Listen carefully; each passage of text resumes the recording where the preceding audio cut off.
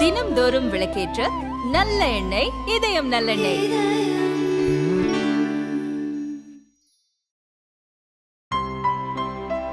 இனிமே கண்ணை மூடிட்டு கடலை எண்ணெய் வாங்கலாம்.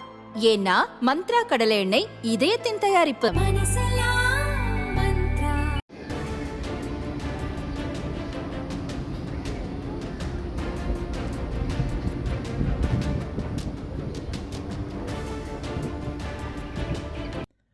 சென்னையில் பிரதான போக்குவரத்து சேவைகளில் புறநகர் மின்சார ரயில் முக்கிய இடம் வகிக்கிறது.